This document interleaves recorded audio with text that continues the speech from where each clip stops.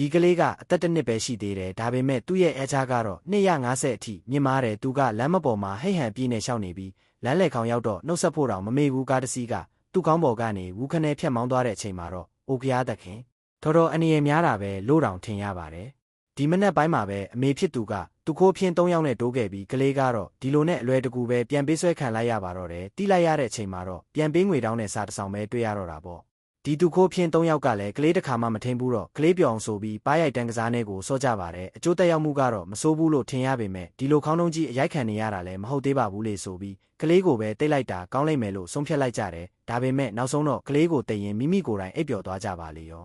ကလေးကတော့အရန်ကိုပျော်သွားတာပေါ့ပြတင်းပေါက်ပြင်ဘက်ကိုကြည့်ပြီးသူအကြံတစ်ခုရသွားပြီးပေါ့ပေါ့ပါပါပဲဝရန်နာစီကိုရှောက်လာခဲ့တယ်ပြီးတော့မှောက်ပြီးတော့ဟိုလူဖြင်းတွေကိုလောင်ပြောင်နေပါသေးတယ်ကြောင်သွားတဲ့သူခိုးဖြင်းတွေလည်းကလေးနောက်ကိုအပြေးလွှားလိုက်ကြတာပေါ့ကလေးကတော့တရားတစ်ဖက်တည်းရှိတဲ့နေရာပေါ်ထိတက်သွားပြီးသူခိုးဖြင်းတွေကတော့ကြည်ရင်တမမဖြစ်လို့ပေါ့အလျင်မြန်ပဲဖြည်းဖြည်းချင်းလိုက်ဖမ်းကြတယ်နောက်ဆုံးတော့ကလေးကတစ်ဖက်ကန်းကိုရောက်သွားခဲ့ပါပြီ